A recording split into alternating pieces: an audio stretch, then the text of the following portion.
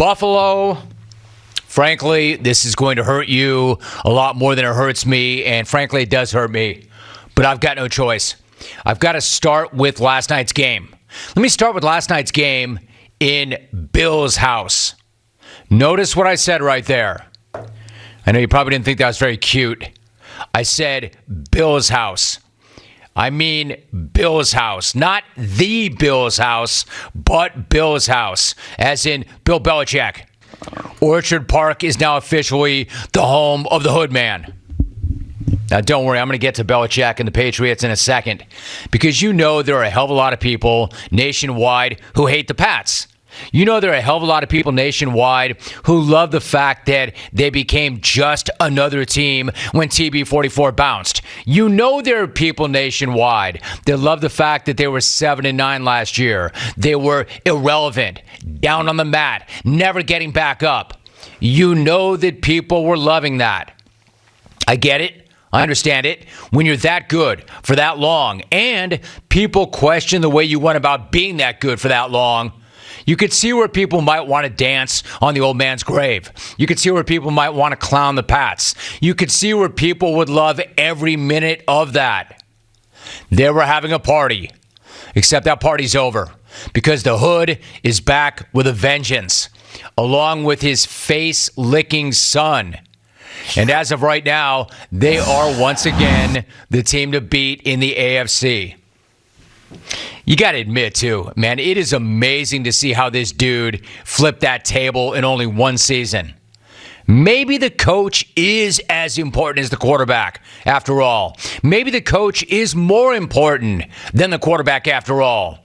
Maybe it is time to reopen the hot take factory and revisit that hot take question once again. Who's more important? So just that thought on the Pats right now, man, they're back with a vengeance. More on them a little bit later on because what they did, I thought, was impressive as hell. In fact, what they've done all season is impressive as hell. This is what happens when you try to throw dirt on that old man and his face-licking son. They rip the shovel out your hands and they go upside your head with it. And I have more thoughts on them. Just want to give them some credit off the top. Now back to the Bills. Yo, Mafia. I would ask you how you're living, but I already know the answer. Like crap. That final score may have been 14-10, but we don't need to get this twisted. That is demoralizing as hell. That is a demoralizing loss. That's going to leave a mark now. Question is, what can you do in the next 3 weeks to make sure that does not happen again? Buffalo came into that game. They were 7-4. The Pats were 8-4. You beat New England in your house, in prime time, in tough conditions. You do it with the nation watching. Then your records are tied. You've got the emotional upper hand. You've got that edge in that battle for the division. But you lose, and then they've got a fat lead going into their bye, and they'll be resting up, recovering, knowing that they just punked you in your own place. And you're going to get a shot, or they're going to get a shot at choking you out for good in a few weeks. It's not just that they did it, it's how they did it. Like in the most predictable and painful way possible, by flat out being tougher and more physical than your team was. It's got to piss you off. I know it pisses off Sean McDermott to no end, because that's a guy who wants a tough, physical team. He's literally designed that team to be that kind of team, and then they just ran into a tougher, more physical team who did them in their own house. I mean, you get right down to it. The Bills were out-toughed, they were out-coached, they were outplayed, they were out-executed, they were outclassed, they could not stop the run, they couldn't run it themselves. Fact is, the better team won last night. Even worse, they got bullied. You knew right from the jump what the Pats were going to do. They were not going to ask Mac Jones to win that game for them. Not in those conditions. They essentially let the Bills know from the very jump, we're going to run it right down your throats. Go ahead. Try and stop us. And they couldn't. Even worse, it's not like it was a one-off either. That's not like that was just one bad night either. Jonathan Taylor and the Colts did the exact same thing to them a few minutes ago. and they're a dome team. Like, how badly did the Patriots want to keep the ball on the ground? They ran a quarterback sneak on 3rd and 5. Then they ran it again on 4th down. And yes, I have seen the clip of Micah Hyde and Jordan Poyer getting asked after the game if they were embarrassed. Those two made it pretty clear they did not appreciate that question at all. Two good dudes, and you want those dudes on your team. You want them in your locker room. I have to say, questions about their run defense are legit. But I can see why they objected to the way that question was framed.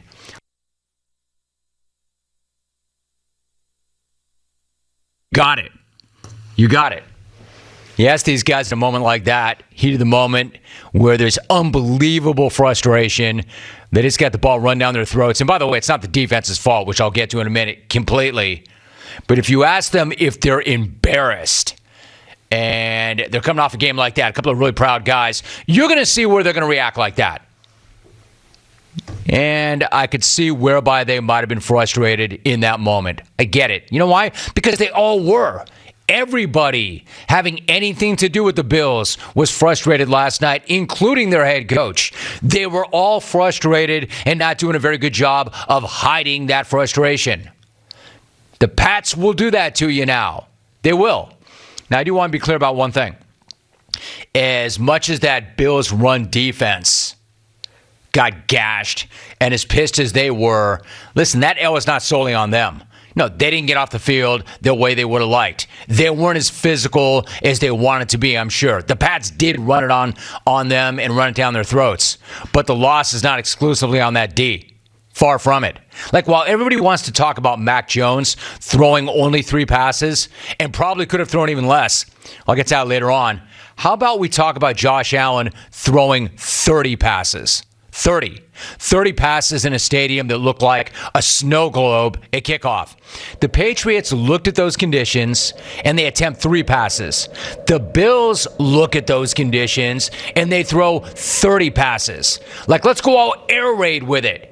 Let's Don Coryell the hell out of this thing. I mean, honestly, it's either really stubborn or really dumb or both. When was the last time you saw one quarterback throw 10 times as many passes as the opposing quarterback in a game? Look, I understand that Josh Allen's got a cannon. I mean, it's a credit to him and that howitzer that he's got attached to his shoulder that he could complete even 15 passes in that stadium. The Pats, I mean, it was so windy, the Pats didn't even bother an extra point to kick an extra point in the first quarter. So I'm pretty sure that 30 passes was not a great idea last night. In fact, I know that was not a great idea. Not in that weather. Last night, the Bills were the ones who looked like a dome team. They were the ones who looked like they had never been in the elements before, had never played in bad weather before, didn't know what to do in those elements. I mean, where were the designed and designated runs for Josh Allen? Like, I know you don't want to put your quarterback at risk on every single play, but we are talking about a dude who's a battering ram as a quarterback. We're talking about a guy who can truck a linebacker or two. We're talking about a guy who can be a threat if you let him in that department. Yet time and time again, the Bills got the ball in great field position, but did nothing with it. Notice I didn't say good field position. I mean great field position. Sean McDermott said afterwards, their starting field position was basically the 40-yard line. But they went 1 for 4 in the red zone, and their only TD came on a muffed punt.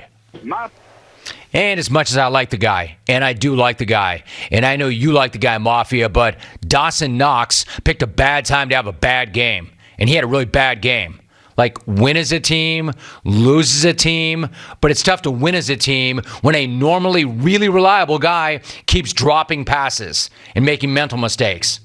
Like, time and time again, the Bills fell apart in the red zone, and the Pats stepped up all night long. What a painful end to a brutal night for the Bills and the Mafia. Now you've got to sit with that reality that the road to the division title does in fact go through Foxborough, and that Big Brother Bill got over yet again. Like, I so badly want to call this Bills-Patriots matchup a rivalry, but it's really not. It hurts me to say that to you, Bills Mafia, but it really isn't, right? Not when they got over again. Not when they went into your house and did you like that. Not when both teams looked at those conditions and then went about it that way. Kind of like, well, blizzard conditions. What should we do? Air it out. Massive whirlwinds. Let's dust off the K-gun. I've had Jordan Poyer and Michael Hyde both on this show. I love these guys. Really good dudes and guys you want on your team. Two tremendous leaders, just solid dudes. Bills Mafia knows this. But asking if these guys, if they're embarrassed right after a physical game like that in the heat of the moment, I think you kind of know what kind of answer you're going to get. That kind of an answer.